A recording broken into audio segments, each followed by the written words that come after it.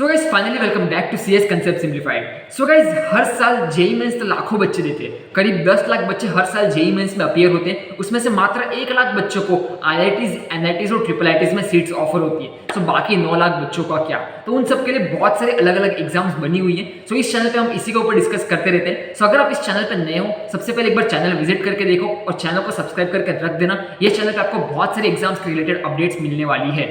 So guys finally आज हम बात करने वाले एमएचटी सीईटी, जो है महाराष्ट्र की सीईटी, जिससे आपको बहुत अच्छे अच्छे कॉलेजेस मिलते हैं। जैसे आपको मालूम होगा सीओईपी, वीजेटीआई, एसपीआईटी, पीआईसीटी, ये ऐसे कॉलेजेस है जहाँ से आपको एवरेज पैकेज अबाउ 10 एलपीए का मिलता है, अबाउ 12 एलपीए का मिलता है। सो 10 से 12 लाख के अबाउ उनका एवरेज पैकेज जाता है। उनकी जो फीस होती है वो बहुत कम होती है, बिलो 8 लाख की फीस होती है इनकी 4 ईयर्स इंजीनियरिंग की। तो 4 साल 8 लाख रुपए दो, 12 लाख का, 12 लाख से प्लस पैकेजेस आप लेके जाओ।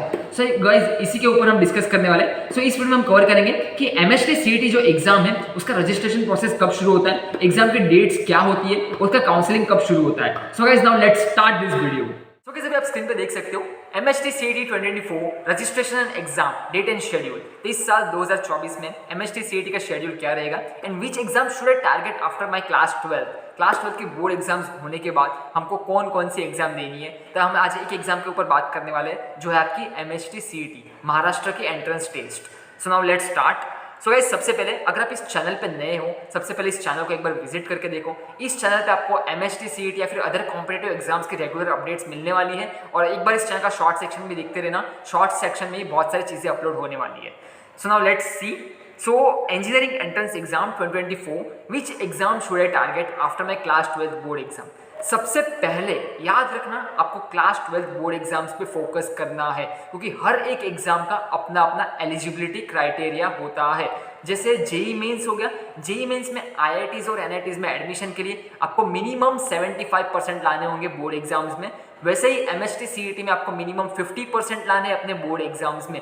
सो आप प्लीज़ ट्राई करना कि आपके बोर्ड एग्जाम में 50% के अबाव आए फॉर एमएचटी सीईटी। एंड अगर आप बहुत अच्छे स्टूडेंट हो, you should target and you should aim for about 85% in your class 12 board exam, क्योंकि आगे आपको 4 साल बाद प्लेसमेंट में भी बहुत अच्छा सपोर्ट मिलेगा उस चीज़ का। सो ट्राई करो कि 85% के अबाउ लेके आओ अपने क्लास 12 बोर्ड एग्जाम्स में। So now let's see about MHT CET exam.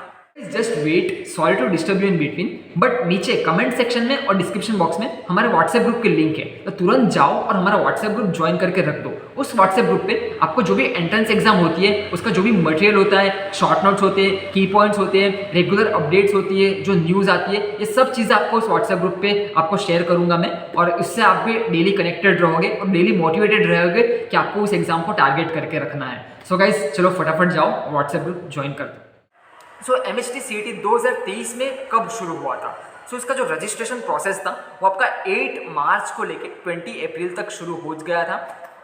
सो 8 मार्च से 20 अप्रैल के बीच में आपको रजिस्टर करना था एग्जाम के लिए। उसके बाद जो एग्जाम था वो अपने 2 सेक्शन में डिवाइड होता है, एक पीसीएम सेक्शन होता है, पीसीबी सेक्शन होता है। सो पीसीएम ग्रुप जो होता है उनका जो एग्जाम होता है वो 9 से लेके 14 मई को हुआ था। और पीसीबी ग्रुप जो है, जो बायोलॉजी वाला ग्रुप है, जो फार्मेसी के लिए अप्लाई करता है, जो उनका जो एग्जाम हुआ था वो 15 से लेकर 20 मई के बीच में हुआ था। सो आप देख सकते हो मोटा मोटा आपकी एमएचटी सीईटी एग्जाम मई के मंथ में होती है। अभी आपको मैं अगर एग्जाम का शेड्यूल बताऊं 2024 के लिए क्या रहने वाला है। सो 2024 में आपका सबसे पहले जनवरी मंथ में जेई मेंस का फर्स्ट अटेम्प्ट आ रहा है, उसके ऊपर फोकस रहना चाहिए। फर्स्ट अटेम्प्ट को अपना मेन अटेम्प्ट मान के चलना, क्योंकि फर्स्ट अटेम्प्ट में आप जितना हाई स्कोर करोगे उतने अच्छे परसेंटाइल बनने के चांसेस होते हैं। उसके बाद फरवरी में और मार्च में आपकी बोर्ड एग्जाम रहेगी। सो फेब और मार्च में फुल फोकस रखना बोर्ड एग्जाम पे, मिनिमम टारगेट 85% वापिस बोल रहा हूँ। फिर आपका अप्रैल में आता है, अप्रैल में आपका जेई मेंस का सेकंड अटेम्प्ट आता है। अगर आप जेई मेंस में क्वालिफाइड हो जाते हो अप्रैल में, तो फिर मई या फिर जून में आपका जेई एडवांस भी रहेगा, ये चीज़ याद रखना। बाकी अदर कॉम्पिटिटिव एग्जाम्स कब होती है वो आपकी मई के मंथ में होती है। आपकी बिटसेट हो गया, वीआईटी ट्रिपल ई हो गया, एमएचटी सीईटी हो गया, सीयू सीईटी हो गया, फिर अदर सीईटीज एग्जाम हो गई, ये सारी एग्जाम्स आपके मई के मंथ में शुरू हो जाएगी। सो ये सब चीज़ें याद रखना। इनका जो रजिस्ट्रेशन होता है वो अप्रैल मंथ में शुरू हो जाता है, और रजिस्ट्रेशन की डेट्स आप मिस ना करो, इसके लिए हमारे चैनल को सब्सक्राइब करके रख देना। जो भी एग्जाम के रिलेटेड अपडेट्स आती रहेगी इस चैनल पर आपको सब एग्जाम्स के रिलेटेड अपडेट्स मिलती जाएगी। तो चैनल को सब्सक्राइब करना मत भूलना। उसके बाद आपका जो रिजल्ट आएगा वो जून महीने में आपको सब मालूम पड़ेगा कि आपको जेईई मेंस में कितने हैं, सीईटी में कितने हैं, बिटसेट में कितने आए, और उसके बाद आप एक कंक्लूजन पे आओगे कि मुझे इस एग्जाम के काउंसलिंग में बैठना है, मुझे इस एग्जाम के कॉलेजेस को टारगेट करना है। अगर बिटसेट में अच्छा स्कोर आया तो बिट्स पिलानी चले जाओ, गोवा चले जाओ, हैदराबाद चले जाओ। जेईई मेंस में अच्छा आया तो एनआईटीज चले जाओ, ट्रिपल आईटीज चले जाओ। उसके बाद अगर एमएचटी सीईटी में अच्छा आ गया तो आपके लिए तो बहुत अच्छे कॉलेजेस है। COEP college of engineering Pune, VJTI Mumbai में, एसपीआईटी मुंबई में, पीआईसीटी पुणे में, ये ऐसे कॉलेजेस है जहाँ का एवरेज पैकेज अबाउट 12 LPA जाता है for computer and tech branches. So guys इन सब कॉलेजेस को मिस मत करना। सो यही सब चीज़ें मैं आपको बताना चाहता था regarding MHT CET and other competitive exams. और एक बात करते हैं, अगर आप एमएचटी सीईटी का देखना चाहते हो तो आप हमारे previous year papers and analysis देख सकते हो। रिव्यू एंड एनालिसिस दोनों पीसीएम ग्रुप के भी अपलोडेड है, पीसीबी ग्रुप के भी अपलोडेड है। तो आप ये सब चीज़ें चेक कर सकते हो।